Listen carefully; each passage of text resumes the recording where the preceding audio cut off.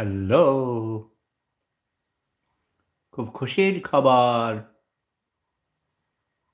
President Donald Trump ইসরায়েলকে নির্দেশ দিয়েছে ইরানের সাথে যুদ্ধ বন্ধ করার জন্যে।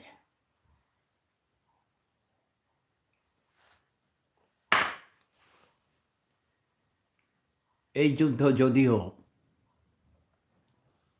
ইরানের বিরুদ্ধে ইসরায়েলের যুদ্ধ, কিন্তু পেছন থেকে আমেরিকা ইসরায়েলকে শতভাগ সাপোর্ট দিয়েছে।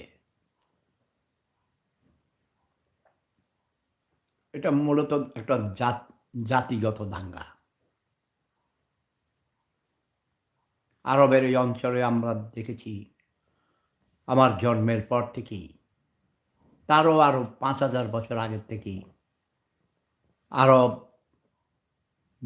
আরবের বিভিন্ন জাতির মধ্যে এই জাতিগত দাঙ্গা, জাতিগত বৈষম্য, আধিপত্য বিস্তার, এক ধর্মের উপর আরেক ধর্মের আধিপত্য প্রতিষ্ঠা, বলতে গেলে প্রায় বেশিরভাগ ধর্মই আব্রাহামিক রিলিজিয়নগুলো আরব অঞ্চল থেকে সৃষ্টি হয়েছে। হিন্দু এবং বৌদ্ধ ধর্মগুলো আমাদের ভারতবর্ষ থেকে জন্ম নিয়েছে, কিন্তু আব্রাহামিক রিলিজিয়নগুলো ইহুদি, খ্রিস্টান, ইসলাম, এই বড় বড় ধর্মগুলো আরবের এই অঞ্চল থেকে জন্ম নিয়েছে।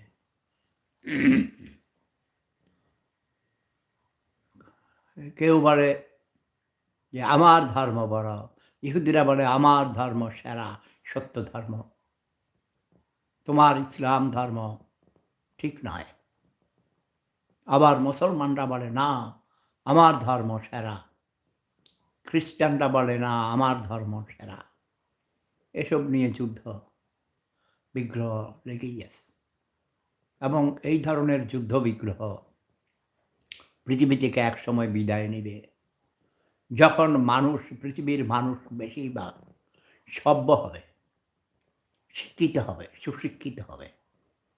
এখনো পৃথিবীর মানুষ বেশিরভাগ, শতকরা ৯০ ভাগের উপর, আমি বলব শতকরা ৯৯ ভাগ অশিক্ষিত, মূর্খ, বর্বর, ভুল পথে পরিচালিত হচ্ছে।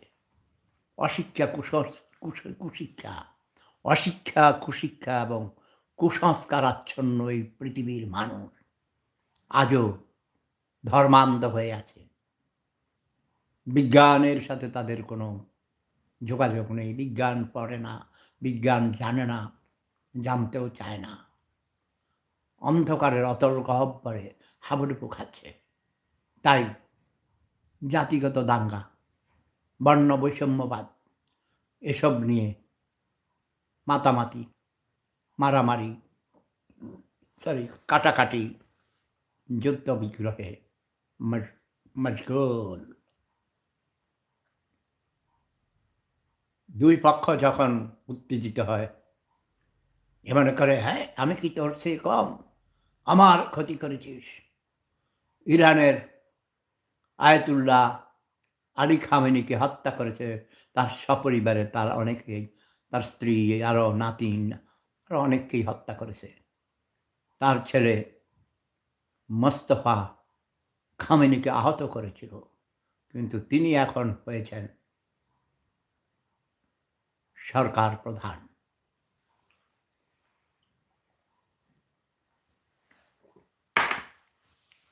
ধর্মীয় নেতা, শীর্ষ নেতা বলা হয়।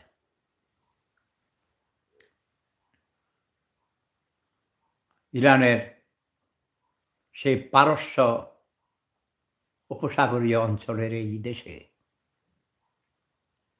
আমরা দেখি তারাও আধিপত্যবাদ বিস্তার করেছিল। ভারতবর্ষে মোগল সাম্রাজ্য কারা করে তুলেছিল? এই পারস্য থেকে এসে, আফগান থেকে এসে, তুরস্ক থেকে এসে মুসলমানরা প্রায় ৮০০ বছর রাজত্ব করেছে। ইসলামিক রাজত্ব, ইসলামিক শাসন ব্যবস্থা প্রতিষ্ঠা করেছে। আবার ব্রিটিশ এসে তাদেরকে ভাগিয়ে দিয়েছে। আমাদের ভারতবর্ষ ধনে ধান্যে বিভিন্ন প্রাকৃতিক সম্পদে ভরপুর ছিল, এখনো আছে। এখন জনসংখ্যা বেশি, তাই আমাদের অভাবও বেশি। পরিকল্পিত জনসংখ্যা আমাদের নেই। পরিকল্পিত শিক্ষা ব্যবস্থা, কর্মসংস্থানের অভাব আমাদের এই ভারতবর্ষে। আমি আশা করি অদূর ভবিষ্যতেই পুরো ভারতবর্ষ, পাক বাংলা ভারত, এই উপমহাদেশ আবার নিজেদের পায়ে দাঁড়াবে। তবে তেলের উপর নির্ভরশীল করা মোটেই ঠিক নয়। আমাদের প্রাকৃতিক সম্পদ আছে, সূর্যের আলো, অফুরন্ত সূর্যের আলো, টাকা দিয়ে কিনতে হয় না। এখন আমি মনে করি আমাদের দেশে সোলার এনার্জি, বেশিরভাগ সোলার এনার্জির উপর ডিপেন্ড করা উচিত। সোলার এনার্জির সিস্টেম চালু হয়েছে। শুনেছি টোটাল এনার্জির 10 ভাগ সোলার এনার্জির মাধ্যমে মেটানো হয়, চাহিদা মেটানো হয়। সেটা শতভাগে উন্নীত করতে হবে। তাইলে আমাদের ওই মিডল ইস্ট থেকে, অন্য কোথাও থেকে, রাশিয়া থেকে তেল কেনার কোনো প্রয়োজন নেই। এই আমেরিকা যতগুলো যুদ্ধ ঘটিয়েছে, ইরাক, লিবিয়া, সাদ্দাম হোসেন এবং গাদ্দাফিকে হত্যা করেছে, তা তেল নিয়ে নিয়ে তারা রিজার্ভ করেছে। নাইজেরিয়াতে আগে অনেক তেল ছিল, তাদের তেল আমেরিকা নিয়ে গেছে। পৃথিবীর অনেক দেশ থেকে, ভেনিজুয়েলা থেকে কিছুদিন আগে আপনারা দেখছেন তাদের প্রেসিডেন্টকে নিয়ে গেছে। প্রেসিডেন্টকে শুধু একা নেয়নি, প্রেসিডেন্টের স্ত্রীকেও নিয়ে গিয়েছে, মাবুদুকে নিয়ে গিয়েছিল। এটা আমেরিকার অত্যন্ত অন্যায় আচরণ, এটা মোটেই ঠিক নয়। তোমরা নিউক্লিয়ার প্ল্যান্ট করবে, ইরানকে করতে দিবে না কেন? ইরানের নিজেদের আত্মরক্ষার জন্যে, ডিফেন্সের জন্যে তারাও নিউক্লিয়ার প্ল্যান্ট, আণবিক শক্তি অর্জন করতে পারে। সেই জন্যে আমি মনে করি যুদ্ধবিগ্রহ বন্ধ করতে হলে পৃথিবী থেকে আণবিক শক্তি ব্যবহার বন্ধ করতে হবে। বন্ধ করতে হলে সবাইকেই বন্ধ করতে হবে। শুধু আমেরিকা নিজের কাছে রাখবে, অন্যদের করতে দিবে না, তা তো হবে না। ইরানে তারা গত কয়েক সপ্তাহে অগণিত শিশু, নারী এবং স্কুলের, মেয়েদের স্কুলে, গার্লস স্কুলে বোমা মেরে শুনেছি প্রায় 500 ছাত্রছাত্রীকে হত্যা করেছে। ইসরায়েল এসব বোমা মেরেছে।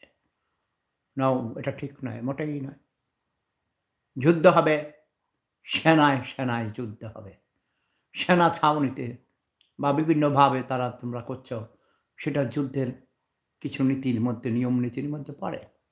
কিন্তু সিভিলিয়ান সোসাইটিতে, মানুষের বসত বাড়ির উপর, স্কুল, কলেজ, বিশ্ববিদ্যালয়ে, হাসপাতালে বোমা মারা সম্পূর্ণ অবৈধ এবং অমানবিক। এটা ওয়ার ক্রাইম, যুদ্ধাপরাধ।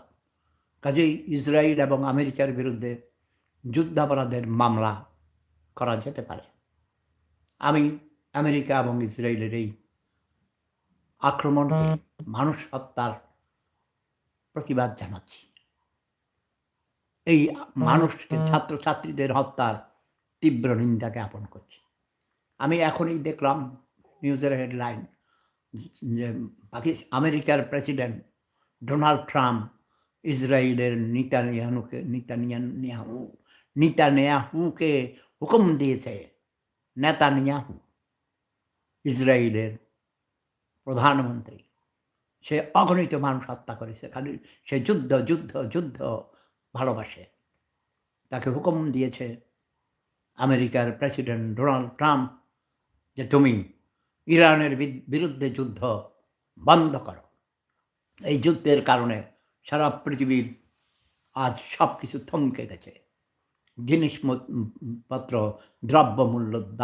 দ্রব্যমূল্য বেড়ে গেছে। মানুষের তেল সরবরাহ না হওয়াতে বাংলাদেশেও তেলের দাম বেড়েছে, পেট্রোলের দাম বেড়েছে, ডিজেলের দাম বেড়েছে। গাড়ি চালাতে পারে না। মানুষের খাদ্যদ্রব্য এই রোজার দিনে উৎপাদিত পণ্য এক জায়গা থেকে আরেক জায়গায় নিতে পারে না। বিভিন্নভাবে উৎপাদন বন্ধ হয়ে গেছে। এভাবে চললে মানুষের এই পৃথিবীর মানুষ না খেয়ে মরবে। বিশ্বযুদ্ধ প্রায় শুরু হয়ে গেছে। অর্থনৈতিক বিশ্বযুদ্ধ বলা যায়। আমি খুব খুশি হয়েছি যদি এই কথাটা সত্য হয়ে থাকে যে ডোনাল্ড ট্রাম্প নেতানিয়াহুকে বলেছে, ইসরায়েল তুমি যুদ্ধ বন্ধ করো, ইরানের বিরুদ্ধে যুদ্ধ বন্ধ করো। আমরা যুদ্ধ চাই না, আমরা শান্তি চাই। আমরা শান্তিকামী মানুষ, আমরা শান্তি চাই। আর বাংলাদেশে পার্লামেন্টে যে ঘটনা ঘটেছে আমি তার তীব্র নিন্দা জ্ঞাপন করছি। ওইসব ইসলামের নামে যেসব জামাতে ইসলামী যারা এদেশের স্বাধীনতা চায়নি, তারা আজও এদেশের স্বাধীনতাকে মেনে নেয়নি, মেনে নিতে চায় না এবং জাতীয় সঙ্গীতকে অসম্মান করেছে, তার তীব্র নিন্দা জ্ঞাপন করছি। এবং আমি প্রথমেই বুঝতে পেরেছি তারেক রহমান, যাকে আমার প্রিয় ভাগিনা বলে তাকে ক্ষমতায় আনার জন্য সহযোগিতা করেছি, সে প্রথম দিনেই তার ব্যর্থতার প্রমাণ দিয়েছে। তারাই এই বিএনপি জামাতকে এই বিষাক্ত বিষধর সাপকে দুধ কলা দিয়ে পুষেছে এবং আজ সেই সাপ তাদের মাথায় ছোবল মারছে। তাদেরকে এখনই অঙ্কুরেই বিনষ্ট না করলে তারা এদেশের স্বাধীনতা, সার্বভৌমত্ব বিনষ্ট করবে। তাই তাদের প্রতিও আমার ধিক্কার, ধিক্কার, ধিক্কার, শতধিক জামাতে ইসলাম। ইসলামের শত্রু জামাতে ইসলাম, জমের হাতে ইসলাম, জামাতে ইসলাম। জামাতে ইসলাম কোনো সত্যিকারের ইসলামের ধারক বাহক নয়। তারা ইসলামের নাম করে, ধর্মের নাম করে বোকা মানুষদের ধোঁকা দিয়ে ক্ষমতা দখল করতে চায়, কিন্তু তাদের এই ইচ্ছা বাংলার মাটিতে কখনো পূর্ণ হবে না। আমি মুক্তিযুদ্ধের সকল শক্তির সবাইকে দল মত নির্বিশেষে ঐক্যবদ্ধ গণ আন্দোলন গড়ে তুলতে হবে এবং দ্রুতবেগে এই নতুন সরকার, আমি পার্লামেন্ট নেতা, সংসদ নেতা এবং মাননীয় প্রধানমন্ত্রীকে অনুরোধ করব দ্রুতবেগে পার্লামেন্ট ভেঙে দিয়ে খুব যত শীঘ্র একটি সত্যিকার অংশগ্রহণমূলক, সকল দলের অংশগ্রহণমূলক নির্বাচন অনুষ্ঠানের জন্যে। সবাই ভালো থাকুন, সুস্থ থাকুন। জয় বাংলা, জয় জনতা, জয় মানবতা। প্রেম ধর্ম সেরা ধর্ম। Love is power. Eid Mobarak.